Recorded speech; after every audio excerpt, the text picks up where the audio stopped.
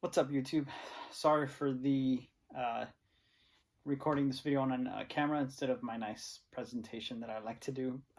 But I something's wrong with my computer or DaVinci Resolve, the editing software that I put on there. It's just crashing when I render now.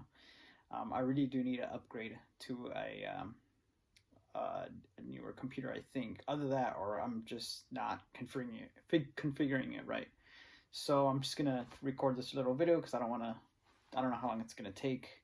So let me grab this real quick. So this essentially, I'm just gonna share with you guys pickups this last 2 weeks. A couple stuff that had been ordered a while ago, things that were impulse buys, gifts like that. So in no particular order, I picked up King of New York, the new 4K by Arrow Video. So, and I actually watched that. I watched it like, yeah, I this is one of the movies that I watched immediately after getting. Essentially, I'm really bad at that, but in this case, I just wanted to see. It looked really good. Unfortunately, my TV doesn't have what is it called? Dolby Vision. So I didn't be able to get to see it in how, I guess, as good as it can look. But even with just HDR10 and my my TV, it looked fantastic. I think it had some really good colors. The movie was pretty good. You know, it had a kind of almost roughness to it, especially like the dialogue. Some of it was kind of clunky, but it felt to me like it was a part of the genre, a part of the story anyway, the part of the filmmaking, that it's not this super polished, it's not like Goodfellas, you know, or something Scorsese would make. The performances were really good. It was so interesting and so funny seeing Christopher Walken, you know, play that kind of character. Not a like a violent person, but like somebody who was, because his mob boss is somebody. He's a mob kind of boss who hangs out with black people. He has a lot of black, what do they call it? Like mob members, people who do his biddings, but that he's like kind of like into the culture without being, you know, I don't know, what's the word? I mean, maybe it's pejorative or whatever, but like without being a wigger, essentially. It's probably a terrible thing to say, but you know, it just felt like somebody who was like, you know, those are his people in a way. And he loved them, and he would get some flack for that, some racist flack from other people. But it was kind of interesting seeing that kind of, that he was obviously influenced, but you know, I guess didn't think of himself as black. It was just like little interesting cultural things like that, little touches, performance touches. Lawrence Fishburne was really funny in this. Steve Buscemi is in here, or Buscemi. I don't know the correct pronunciation, but unfortunately he didn't. I don't think he had any lines, or they must have been cut. I'm pretty sure he said something, but he looked like a character that I wish had some airplay, like that he had said a couple stuff, because he looked like he played an interesting character. The next one is another Arrow that I picked up, 12 Monkeys. It's one of those movies that I do want the booklet for it, so I, you know, instead of waiting, I just went to Barnes & Noble and picked it up. I was like, okay, yeah, no, I want to guarantee that I get the booklet. I also picked up Hard 8 by Imprint. So I still haven't watched this one yet, and unfortunately with this one, the shipping, this thing came cracked right here. There's like a little crack up here, so that sucks. But I think I popped it in and saw a couple of images and it looked pretty good. I know this thing is limited edition, and I don't really care too much about the slip cover thing, whatever they're calling this. But for Paul Thomas Anderson, I wanted it. I wanted this nice cover just because it's Paul Thomas Anderson. All their other movies, I can wait until they become more available, because that's the bad thing about Imprint, is that they're not widely available yet in the United States. It's kind of hard to get them. I think Deep Discount had started selling them when they first came out, and then I haven't really seen them sell them since. I think they just sold whatever, and it probably didn't sell too much. And I haven't seen any other imprint stuff from them. This one I got from like I think it's called Buy CDs. I'll put it in the description, but that's where I picked it up from. That's where I pre-ordered it from. Let's see here. I went to Barnes and Noble and Amazon and just got these movies. Oblivion, because I love it and I wanted it in 4K, and it was being sold a little bit cheaper. Spider-Man Into the Spider-Verse. This is another one that I watched the day of I got, and it looked gorgeous. It was really good. I think there was some stuff that I was kind of like, it's kind of clunky, I guess, like the dialogue, or a little bit corny, but a fun movie. It was really funny. Sony Spider-Ham. I like John Mulaney, so Spider-Ham was cool. And then Joker, just because, again, it was $9.99. You can't. This thing had been being sold for like $23, $29. Like this whole last year, this is one movie that on 4K wasn't being, marked down. Whereas, I forgot to get this other one right here too. Whereas Requiem for a Dream, this just came out like a month ago, I think, maybe 2, and it's already down to $19.99. In fact, it came out like $19.99, whereas this was just staying up in price for so much. I don't know why. It must be selling really, really well for them to make the decision that, okay, as long as it's selling good, as long as it keeps selling, we're not going to mark it down. I don't know if that's what they're doing. But I didn't know why this was taking so long to start coming down in price, and now that it finally did, I was like, screw it, I want it. So those are my individual 4Ks, because I do have one more, and I had to pre-order it, even though I'm not a fan of the genre all that much, but I'm slowly getting into it. Second Sight's the 4Ks Dawn of the Dead. This thing is huge. This thing is a thick boy, and it's a really gorgeous package. I'm not going to show you guys really all that much, because the unboxings have been out for a while. I just got this like 2 days ago, whereas other people have gotten it like a week or 2 ago already. So yeah, they've been out there. You can find it, but yeah, this is gorgeous. And I have Criterion's Night of the Living Dead, so I'm going to watch that first before I watch this one. But this really intrigued me, given that it wasn't just a horror movie, that it had social commentary, as well as the like 120-page book. Is it? It's like, or 200. It's a lot. It's a 160-page hard book of 17 essays. That's a lot, and this thing is just gorgeous. So this is kind of like, even if it's not my favorite thing, you'd be dumb not to get it. If you're even just remotely like kind of into this kind of stuff, you have to get it. And then if you really don't want it, you can sell it, and you're not going to cost yourself that much money. So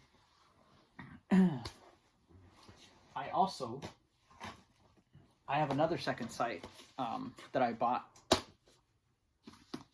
Berlin Alexanderplatz by Rainer Werner Fassbinder. So this one I did want for a while. I'm collecting all of Fassbinder's works that are available, and I have most of them except for like the BRD trilogy, and then like 1 or 2 other movies. And also he was prolific, so there's other movies out there that still haven't been restored and released by boutique labels, or that you'd have to like get on DVD, and I'd watch those eventually. I'd track them down too, but I'm also kind of waiting for a boutique label to give them, put them in the best format that they can. This one, I made another mistake, and I keep doing this.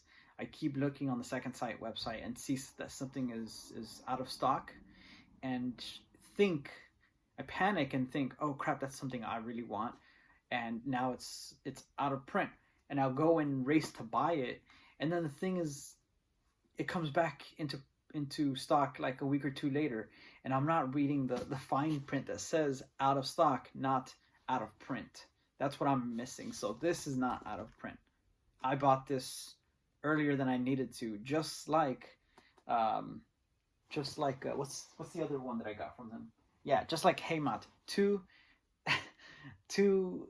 German, miniseries or shows that I bought from Second Sight before they're actually out of print, and I'm not going to regret it. But I could have waited longer for this. This cost me a decent amount, so I'm definitely gonna let you guys know what I think about it, and then I also just picked up some Hamilton book.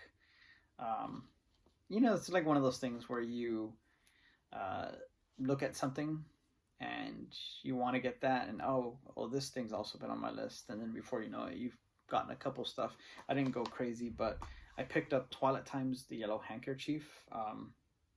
This was I think I remember reading that this was really the creator Nick Redman was a big fan of this and was very eager to release this or something like that. And so I just was like, let's just check it out. This one I regret buying because I thought it was the Taxi Driver that was sticker one that comes with like a couple of little cards or like a booklet or something like that. And no, it's not. It's just the thin version, which I believe I already have Taxi Driver the Steelbook, and I believe that one is from the same source. I think I will reconfirm, and if it isn't, then I'll keep this one. And I don't really need a booklet. There's been so much already written about Taxi Driver anyway. This is also I think this is the Canadian version because it's got some French on it, so that's interesting. Which is actually it's not surprising. I think Hamilton book is getting into that kind of stuff because this is the farewell that I've also been wanting to see for a while, that I also didn't realize is the Canadian version because it has French down here too. Le Mariage d'Adieu. That's terrible French, but yeah, this is also the Canadian version. It looks like, and then of course, you see when you stay on Blu-ray.com a while, you begin to notice that there seems to be this market because they keep releasing them of like classical music or opera releases, like Blu-rays, things that go for like a lot of money too, even on release day. I'm just curious, like why do they sell so much, and why are there so many? Why are there always operas and stuff like that, like a musical orchestras and stuff like that that's being released on Blu-ray that has what looks to me like almost like boutique level quality releases. And so I saw something like that, this called Spira Mirabilis, on Hamilton book for like a couple bucks. So I figured it would be a decent, interesting way to like just to check it out and see like, am I missing something? Or is this amazing stuff that I'm just missing out on? It's really just curiosity. So I'm gonna watch this eventually and let you guys know what I think about that. Then I was weak. Barnes & Noble, I said I wouldn't do it, but I got myself a Criterion movie when, again, like, I could have waited for this, but this is the Coker trilogy. I know that several YouTubers, like Blu-ray collectors, love this movies. Love these, especially Dave. So I'm eager to check it out. Unfortunately, this came and I didn't notice it until I got checkout. This has a tear on here, so I gotta sticky that up. It sucks. I like my things to be pristine, but oh well, it's not gonna hurt. Then second to last is my early Christmas present, something that I was going to see to get for Christmas, but can't see family this year, so I got this early because I'm not gonna be able to get it in person. I finally have it. Ingmar Bergman's Cinema, and I've already seen the first one, Smiles of a Summer Night. I really liked it a lot, and I haven't seen too much of Ingmar Bergman. Pretty much, I think I saw Persona and what's the other one? Wild Strawberries. Those are the three so far that I've seen of him. And only one so far in this set is the first one. I'm just gonna be going through, the order that they prepare for us. But this is one that's been on my list for like a long time, and it's just so gorgeous, and I'm so happy to have it. But it doesn't end there, because today just now I got back from Barnes & Noble to pick up another set that I had been eyeing since it came out, since it was announced. Um, More of a pick-me-up. So my wallet is probably very angry with me right now for not waiting for this one too. Um, Agnes Varda. Gorgeous. Gorgeous set. Unfortunately for me, again, I don't know if I'm just bad luck, but like this thing has like a tear right here. If you can see, it's not glued the way, so like, you know, these up front, you're just flipping through them, and then once you get to like halfway, it like comes out like that, and it's a little thing that I can just glue, but just like, why? But I've looked through it, I've read the introduction. It's just, I'm very happy to have this. I'm very excited now to watch this. I'm definitely going to now be able to watch this and then go back and watch those videos released by Luke at I forgot his channel name already. I'll leave it below, and of course Daisuke. So they both have released Varda videos, and I was just waiting to get this so that I can go back and watch it, and now I can. I'll just watch video, go back and see what they say and comment. So those are it. Those are the stuff that I bought recently. So let me know what you guys think of any of them. What have you had? What have you watched already that you liked? Are there any of these sets, any of these movies, stuff that you want already for yourselves and you're excited to get them? Yeah, I'm very happy camper right now, and I'm gonna be very, very busy today, Saturday, or Sunday, so I am gonna be watching movies, and I hope you are too. And I hope that you are having as good a time as any, that you had a safe Thanksgiving, and that you're gonna have a safe Christmas as well. And I will see you guys in the next video. Thanks.